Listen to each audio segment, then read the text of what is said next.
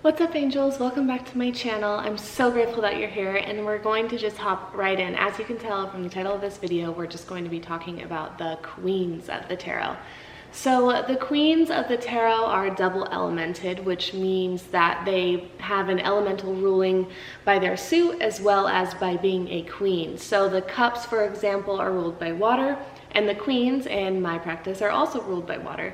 So it can kind of help if you're that kind of witch to view the queens through that lens. So let's say, again, we have the Queen of Cups, we have double water. Well, what does that mean? We have like total fluidity. We might be encapsulated by our emotions when this card comes up.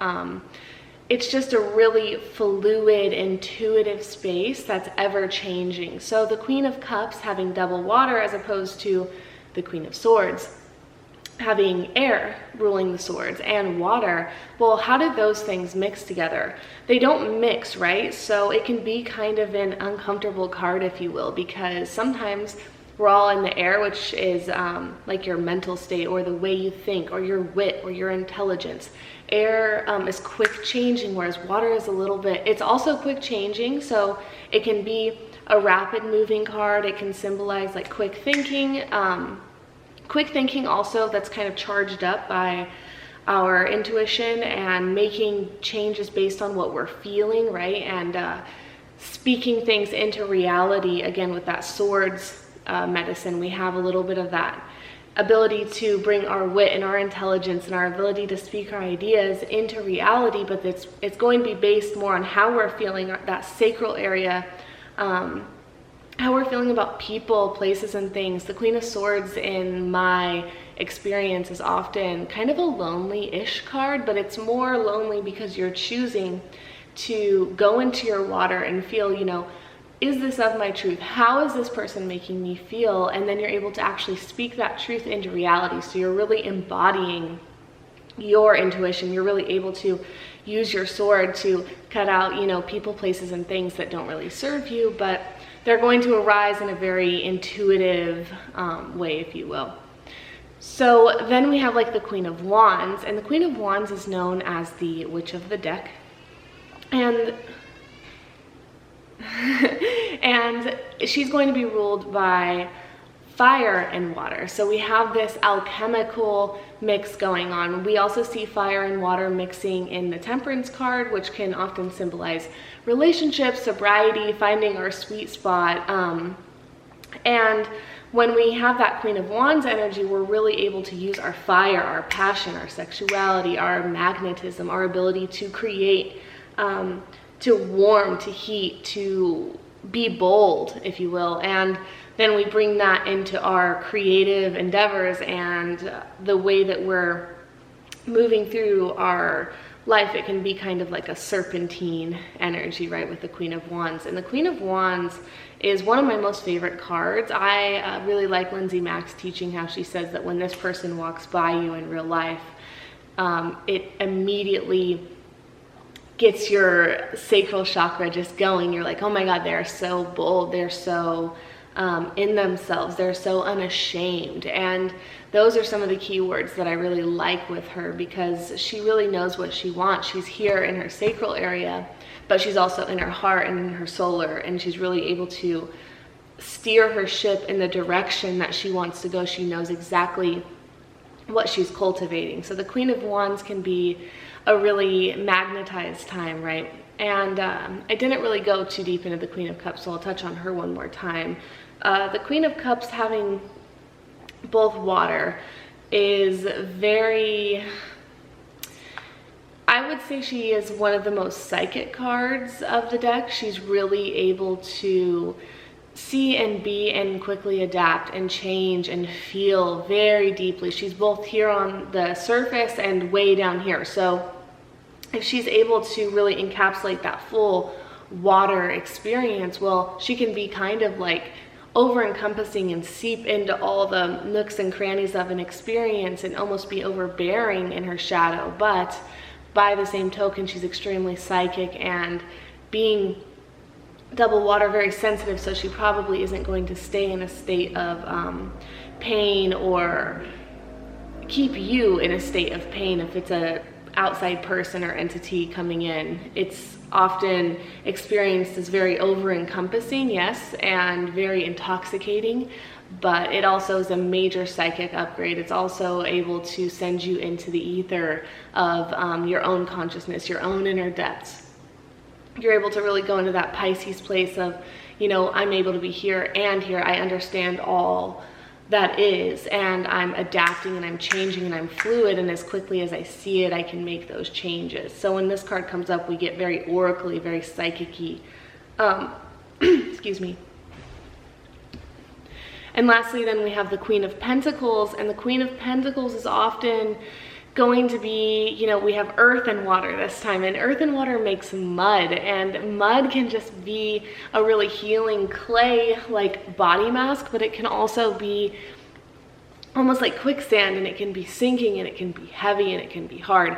And so the Queen of Pentacles often means we have to wait, and that's one of the most important pieces of symbology in that card, is that the garden is always growing towards her, right? And not to say that, you know, there's many iterations of this card, but she's always waiting for the thing that she knows is coming, right? She's not missing what's meant for her.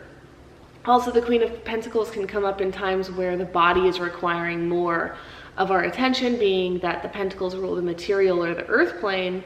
This can be hard, you know, this is earth right here, this is what that is. So if we're not paying attention and tending to our body, well, that's going to come up in the Queen of Pentacles. She might come as an archetype or a leader or a teacher and share some of her medicine with us if we aren't paying mind to the things that we need to.